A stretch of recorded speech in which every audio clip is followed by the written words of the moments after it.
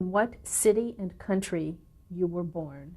I was born in the city of Oświęcim, which during the war was renamed by the Germans to Auschwitz. And you need to tell us the country as well. In Poland. And when you were born in Oświęcim, was it part of Poland? You know how the borders changed? The borders changed quite often. During my time, it belonged to Poland. However, my father lived in the same area, Wadowice, which is just maybe 30 to 35 kilometers away from Oświęcim, and he was, during World War I, he was in the Austrian army. He was an officer in the Austrian army. So it interchanged quite often. It was a small town of about 12,000 people, about half of them Jewish and half Christians. It was about 50 kilometers from Kraków, which is a larger city in Poland.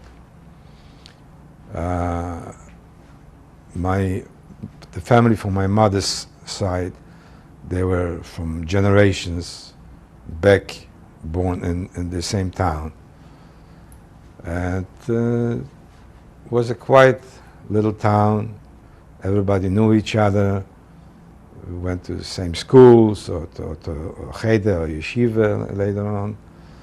And it was a quiet life. Not too rich, you know, it was not a rich town. And but primarily it was family. We had lots of family there. We were not wealthy, but comfortable. I knew that some people that I grew up with were hungry. I was not. I didn't have the luxury clothes you cannot compare to today. I didn't have 10 pairs of shoes in my closet. I know that when it came a Yom Tov, I had a new pair of shoes and they were made by a shoemaker. But I was happy. I was a very happy teenager. I had a lot of friends, Jewish friends and not Jewish friends. And our neighborhood, we had a lot of non-Jewish people. I lived in a large house that didn't belong to us. We had a spacious apartment, but nothing unusual. We weren't rich. We weren't poor, but we weren't certainly rich. And it was a comfortable place. There were a lot of only Jews lived there. I mean, that was customary in Poland. You didn't mix. Do you remember your street address where you lived? My street address was Ulica Głęboka. It's changed today to a different name, some kind of a Russian hero or Polish hero. What was the number of the house you lived at? 16, Głęboka 16. The house is destroyed now. Nobody, it's an empty place. And who lived in that house with you? My father and mother, and we were 6 children. My grandfather was a rabbi, but he didn't perform the title of rabbi for the city. He was a businessman. He owned one of the biggest houses in Oświęcim, 46 apartments. And when he was younger, he was the biggest in Poland, and egg. He was buying and selling eggs to wholesalers. He was an egg professional. And after that, he settled down. He bought in Oświęcim this house, this building, and he remodeled it. But with the remodeling in the house, which the whole house was not air conditioned, it was not heating, and the bathrooms were outside, not in the apartments, and it was no gas. It was only rooms, and in the kitchens was only you can use is coal or wood or something. There was no running water. And this is the way I was born in this particular house. I was living in right in the centrum of the town, which was known as Regionalną, later on named Adolf Hitlerplatz. The town itself was, in many ways, you can say almost like a Jewish town. We had a lot of Hasidim, very Orthodox, and of course they congregated together, almost like ghetto-like style life. And we had the conservative element, and we had the non-so-religious element. It was a very interesting little city, and I must say, prosperous little city. I had, of course, my family there, which made it so much more secure and so much more livable. My grandfather had his own home. He was a dentist and a goldsmith, meaning he was primarily working as a dental technician and substituting as a dentist as well. What was his name? His name was Hirsch Wischnitzer. We all lived, most of the family lived in my grandfather's building. Each child used to have their own apartment and own their own apartment. It was a large complex of buildings, like a square itself. It was on the main square of the town, but inside the complex there was a little square that, because the building was like a quadrangle building with apartments on the second floor, a two-story building, and stores on the first floor. So we used to, wasn't too far from the temple, so we used to walk every Friday night, Saturday morning, and during high holidays to the temple.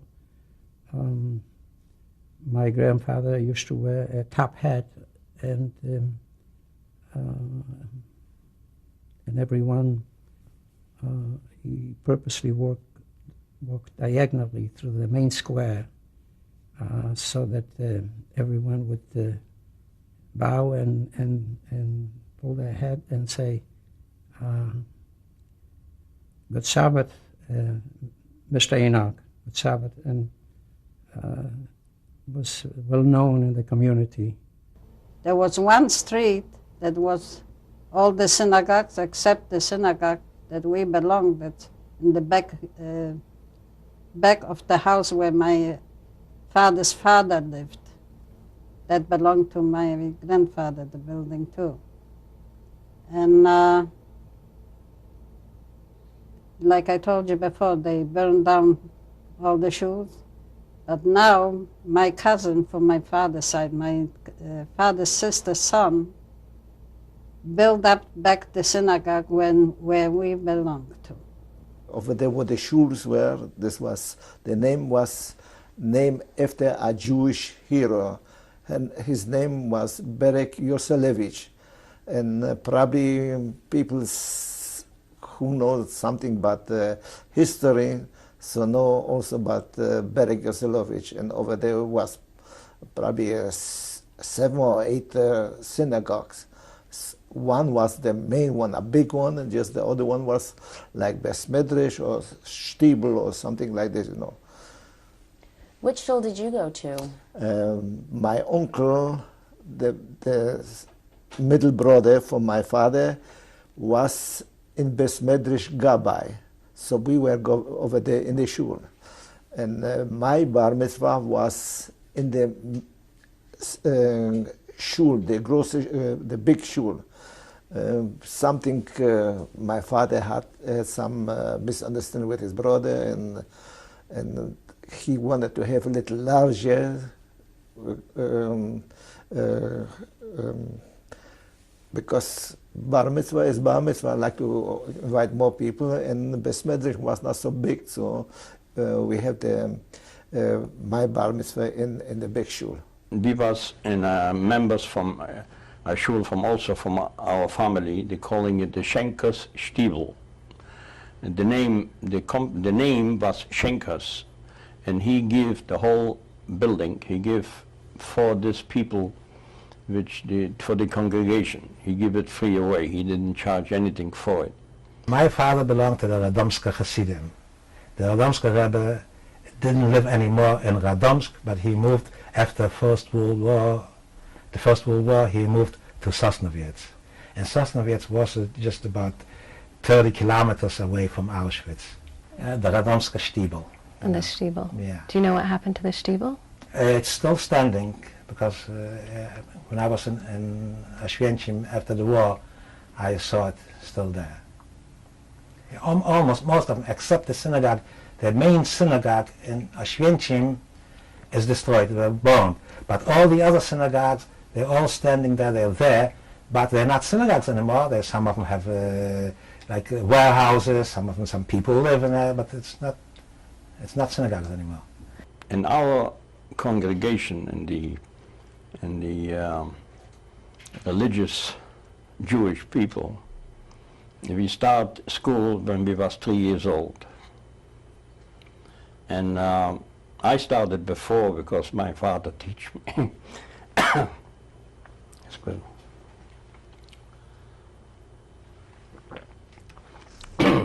In 3 years old, I was in the Jewish school, and my father paid a special person which come to the house, pick me up, bring me to school, pick me up from school, bring me home every day. And school was, when we was young, 3 years old till 5, we was going to school. They pick us up 8 in the morning, and my mother gave me lunch, a piece of bread with not butter. Butter was very expensive, margarine, and apple. This was my lunch. And when I came home, we eat dinner. And this is the way it was my children's life. I went to Cheder, that's a Hebrew school, and I went to regular public school.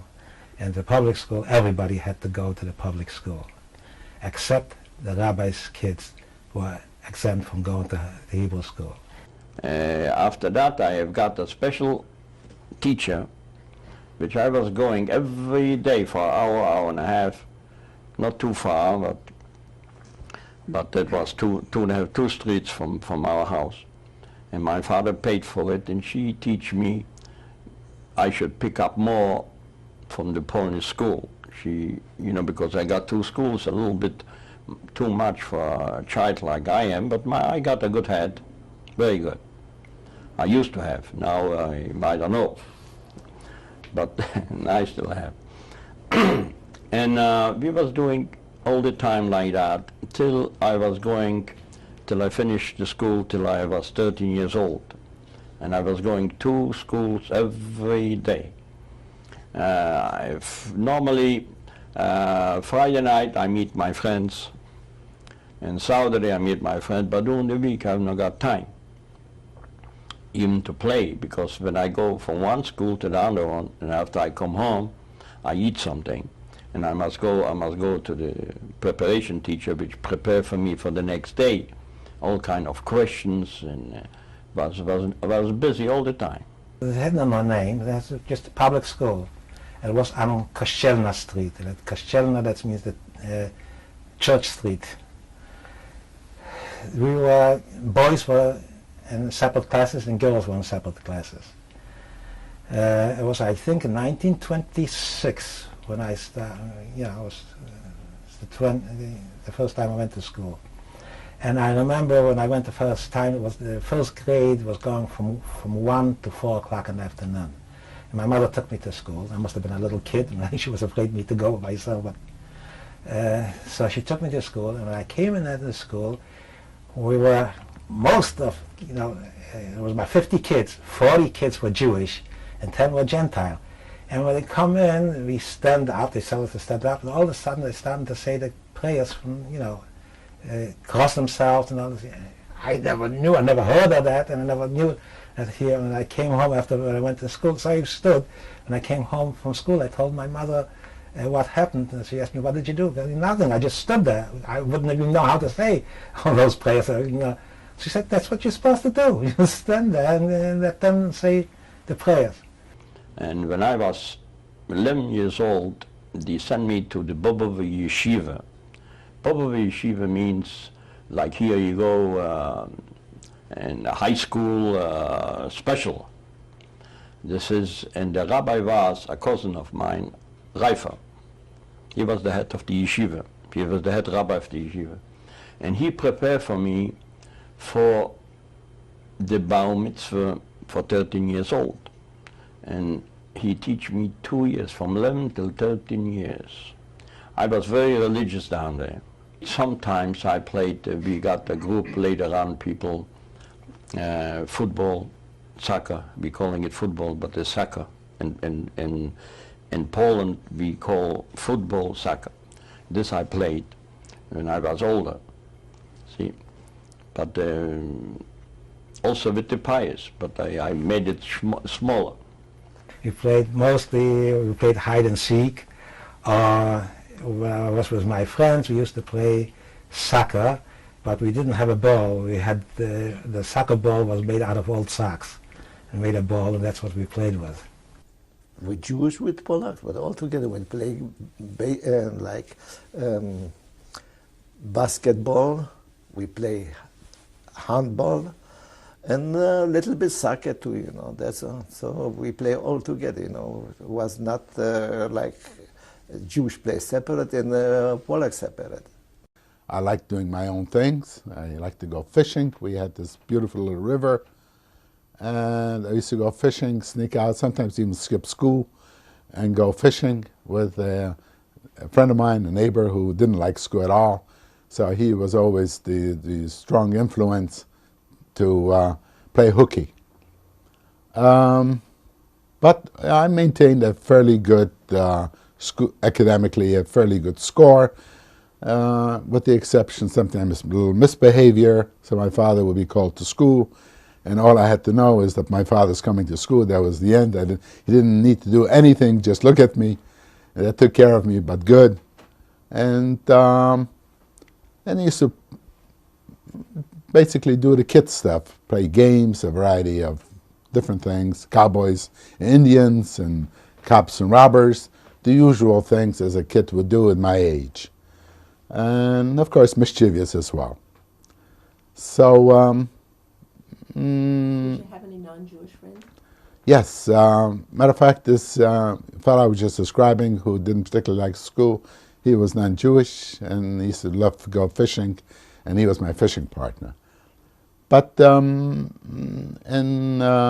would say in general, we were more clustered together. So you can say I had more predominantly Jewish friends, very few non-Jewish friends.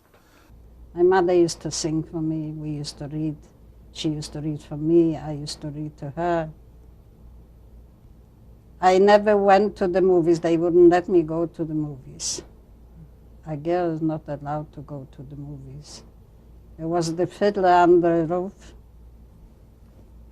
I wouldn't go because my mother wouldn't let me. My father wouldn't let me more than my mother. And there was the D-Book, if you heard about it. Everybody from my family went except me. I went to public school where it was mixed Polish children and Jewish children. Then after school I was attending Cheder to learn how to read and write Yiddish and Hebrew. And a very young age, maybe I was 10 or 11 years old, I was taken by somebody, an older friend, and I was introduced to a Zionist movement. I read a lot of books, and because of it I was known that the one who was reading. And the lady opened up a library and she was looking for someone who was well read and I got the job, and that was the big mistake my parents made, that they permitted me to take this job after school, because it opened up the world for me. And because of it, I got a middle education, which I could have never gotten otherwise, equivalent to a gymnasium. Without it, I wouldn't have been accepted into a nurse's school. And all those things started with my having this job in the library. So tell me a little bit about your education. It was a public school? A public school, yes. And then, as I say, afterwards, in Poland, you went to gymnasium. I would have never gone to gymnasium because it was not for a Hasidic daughter, you didn't do that. You waited, you got married, and so on and so on. And I revolted against it. I joined the Zionist movement. And since I never did anything halfway, I decided to go to a Hachshara. Hachshara was a preparation for Palestine to go.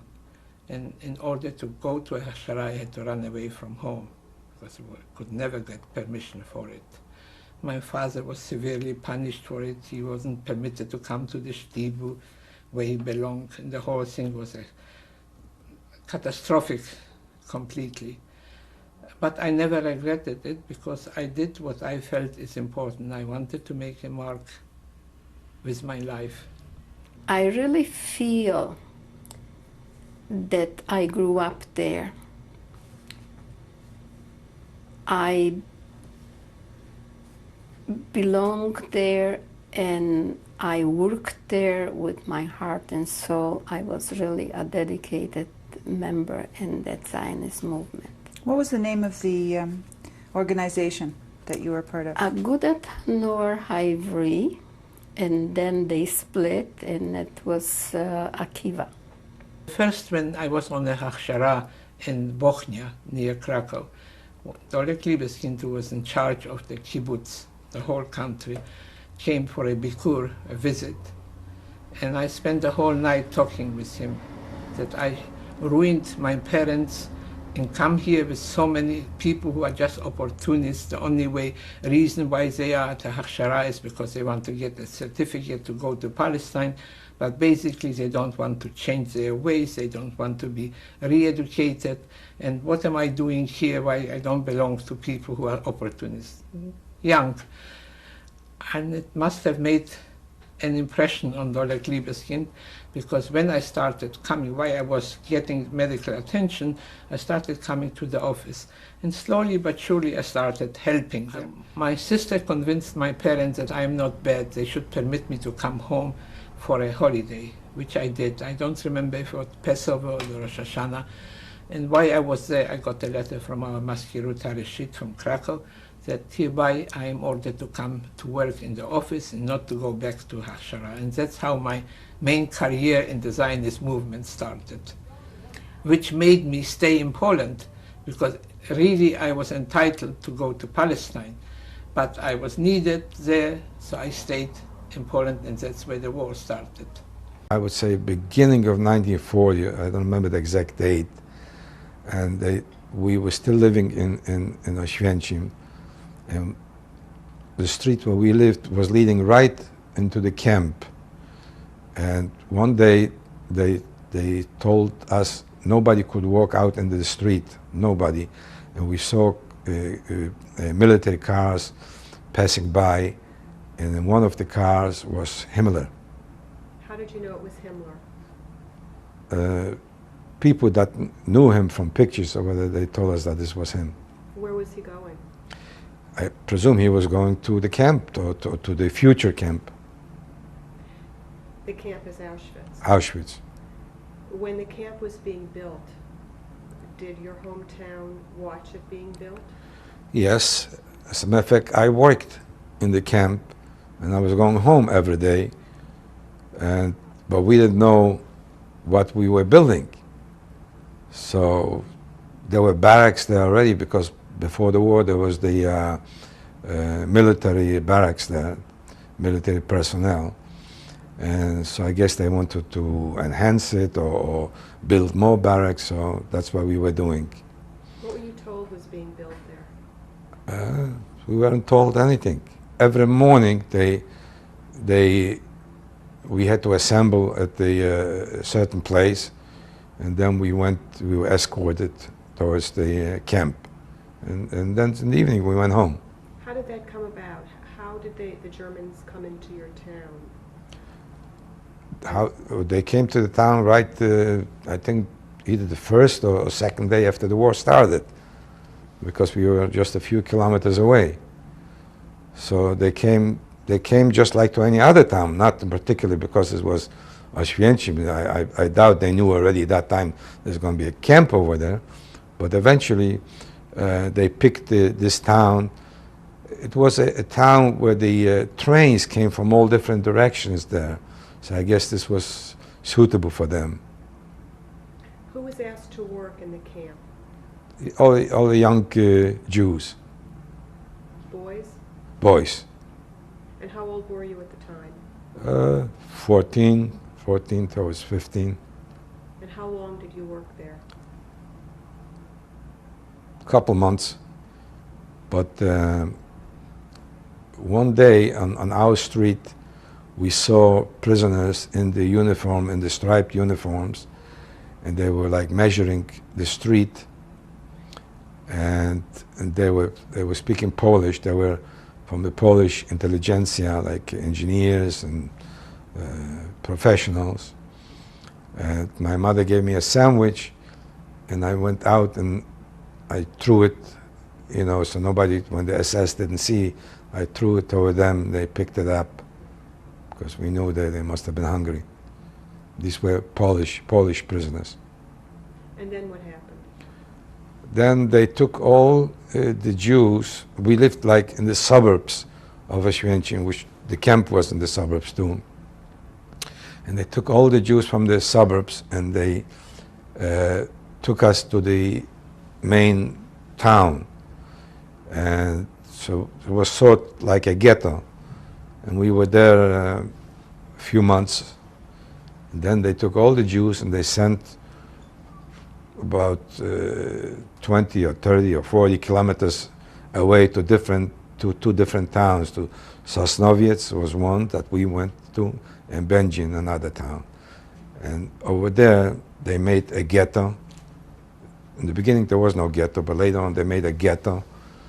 And I was working in the ghetto there by a tinsmith. I was learning how to do welding.